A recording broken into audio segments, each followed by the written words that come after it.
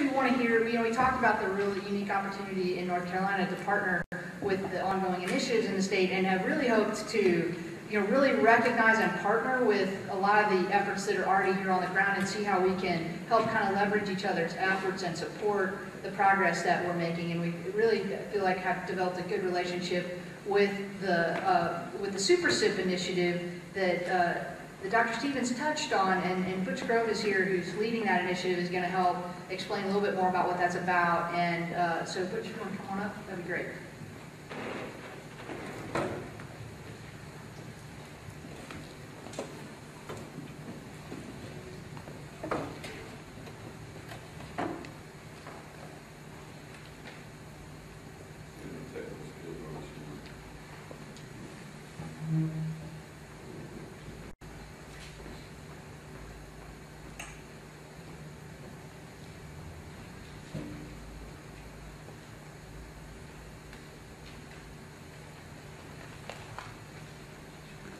Good morning. I want to touch on two things that were said previously. One is what Dr. Stevens mentioned over and over again, and that being the future and revolution. He used those words repeatedly, and the Code Green CIP is about that, and that's creating the future students to meet the demands of this revolution that we're talking about. And so that's great that North Carolina is forward-thinking in that way. And that's the other thing I want to talk about, is what Lisa's mentioned. She's been all over the state, all over the country. We are the only ones in North Carolina doing this in a systemic way across an entire system of 58 colleges. It's being done piecemeal, a college here and a college there, but we're the only system that has had the foresight, through the leadership of the President's Association, with the support of the state board, Dr. Rawls, assistant president, Cleve Cox is on our Code Green leadership team for the Super CIP. It's got widespread support, and because of that widespread support, we've been able to accomplish a phenomenal amount of work in this past 9 months, which I want to provide an update for today. So thanks to Dr. Stevens, to Dr. Rose Johnson from Haywood, who's been another instrumental leader in that, our partnership with JFF and National Wildlife Federation. We're happy to be here and give you an update on the Code Green CIP. So before I get into that, I want to introduce some of the sector directors. The Code Green CIP is divided up into 5 industry sectors, and some of those directors are here today. So Holly Weir, if you'll stand up. Holly is from Davidson County Community College.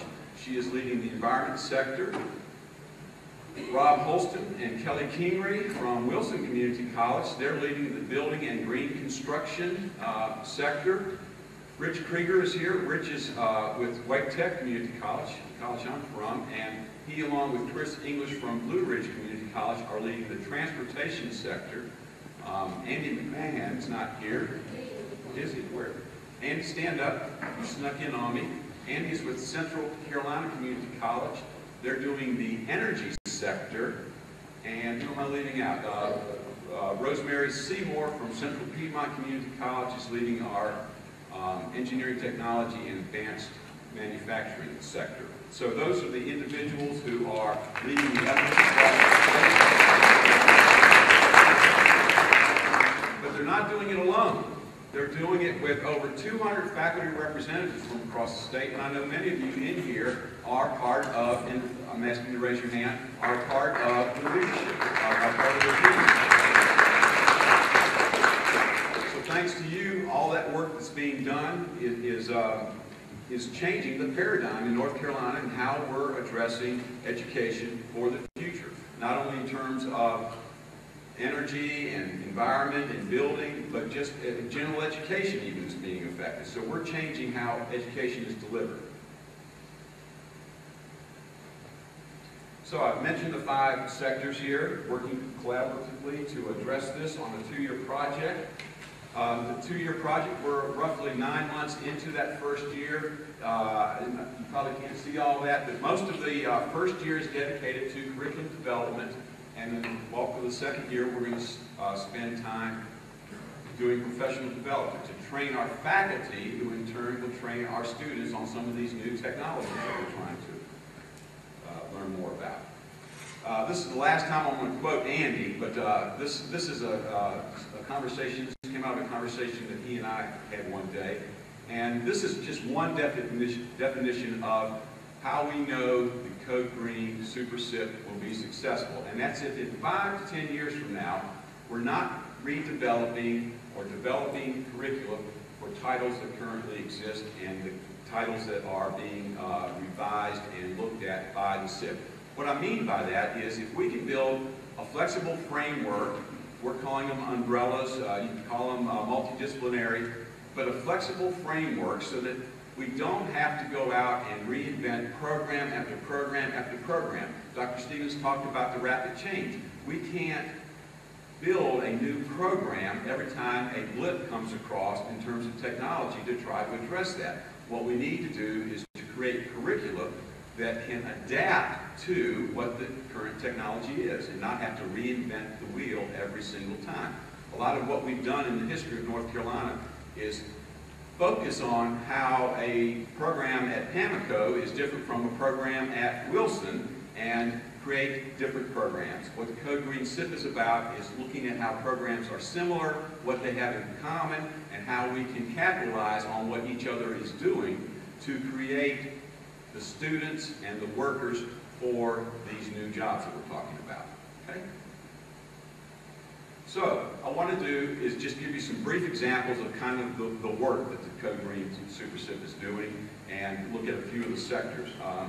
I mentioned umbrella programs. The environment sector, being led by Holly, is creating this framework of a curriculum that puts together several elements. One is the general education or academic core. So we're looking at that. There's a lot of talk across the state about the academic core not meeting the needs of these workforce. We've, in the technical, the vocational trades, I think we've had college transfer envy for quite a while now.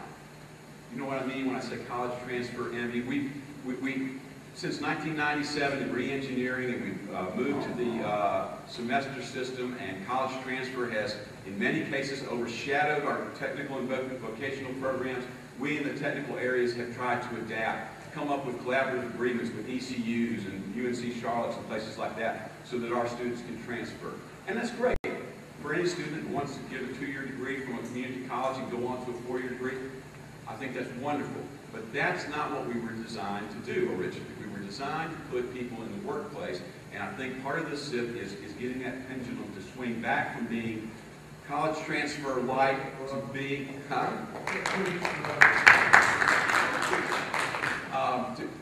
to be more directed and focused in what our core mission is, and that's training people for the workplace. That's what we need to do. That's what we're all about. And so I think this Code Green CIP, in addition to addressing the green and sustainable technologies that are coming out, we're going to align our general ed and academic core back with what students need to be able to do: measure, estimate, critical thinking, problem solving, that kind of thing. And I'm not saying there's anything wrong with Shakespeare. That's great. But if the only English class I'm going to have is, if I'm only going to have one English class, Shakespeare might not serve me as well as learning how to fill out a work order, fill out a report back to my supervisor, interface with a customer in terms of I'm doing a weatherization report and that kind of thing. So I think those are the kinds of things we're going to see. Another thing that I'm excited about in terms of general education, you can create the best practitioner in green and sustainable technologies that you want, but if they really don't have a sense about how they fit into the global aspect in their global life, and their day-to-day knock-around vehicle is an F-350 that gets 8 miles to the gallon, we probably have missed an opportunity to educate that individual about the larger context in which they operate. So in addition to training them in a green, sustainable way for those kinds of careers, let's make general education more in line with this paradigm shift that Dr. Stevens was talking about. So we're going to develop a general ed sustainable class. It'll be broad-based, not aimed at any particular curriculum, and it'll be a general awareness. My hope would be that even the college transfer students would take this class. I hear a lot of talk about young people get this. Well, I have an 18-year-old daughter, and she absolutely does not get it. She's on the highway 24/7. You know, recycling is I think, taking a pair of dirty blue jeans and putting them on and wearing them one more time. So I think some young people do get it, but there are a lot, like my daughter, that do not. And so the sustainable class, I think, will help that. We were at a workshop at Central Carolina. It was called Real Jobs. Help me, Andy. Real Jobs, Real Progress, Real Solar. Real Jobs, Real Progress, Real Solar. And so one of the things that came out is starting this education early in elementary school. I think the sustainable class should be in the elementary grades and give people information. But we don't control that. We don't control that part of the education model. We control the 2-year part, that middle part between K-12 and the workforce or the university. And having a sustainable class in general ed, whether it be humanities or social behavioral sciences, is yet to be determined. So that's kind of a snapshot of the gen ed. The other part is this technical core. What are, you can see these tentacles on the jellyfish, the various disciplines. What do they have in common? Well, that's what those classes that those disciplines have in common would make up the technical core. Students taking those classes would have the option to move into any of these tentacle areas that are listed there. Another thing that we're trying to do is to create a framework that is stackable, that has a multi-entry and multi-exit points, i.e. everybody doesn't need a 2-year associate degree. If you have somebody coming back and they just need training on solar PV or solar thermal or solar geothermal, maybe they just need a few courses. Let's try to make that in a certificate package rather than making them complete a whole 2-year degree. At our colleges, most of our programs are what, 72, 74 hours in length, semester hours. If a student leaves after 69 hours, what do they have to show for their efforts? In most cases, very little, if nothing. So if we can create a framework where as students progress through the curriculum, they can get a certificate, another certificate, those two combined might constitute the requirements for a diploma, an advanced certificate, and another one, and they're at a degree. But there would be points that they could enter, get a certificate, or exit with a certificate and walk away with a credential. Completion is a big thing. You're going to hear a lot about completion. That's a big initiative. Again, if you only complete 69 hours of a 72-hour credit hour curriculum, you're not a completer. It may have gotten you to work. The student may deem that as a success. The faculty may deem that as a success because we've gotten people into the workforce. But from a completion standpoint, it wasn't. So stackable is another thing. So this is the Environment Technologies umbrella or jellyfish. Here's one for applied science. You can see it has basically the same model with the general ed, technical core, and then the disciplines below that.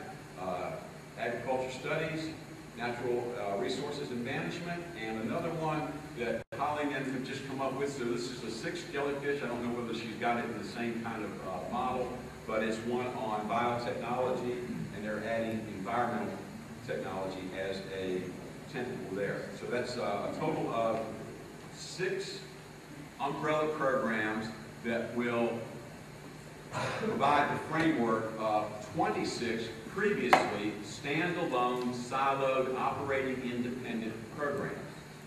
We talk about sustainability from the environment standpoint, but again, sustainability also has another connotation to it. We can't sustain creating new program after new program after new program. We can't do that as a system. So creating this framework that can adapt, and you want a new wind program, I'll bet that 95% of the skills that a wind technician needs already exist in one of our technical programs. Might have to add a safety class because you're working 200-300 feet up in the air, or something along those lines, but a wind turbine is basically an electrical mechanical device. What's driving it is a propeller as opposed to some other conventional means of delivery, but it's still largely an electrical mechanical device, and we address that. We have that in our program.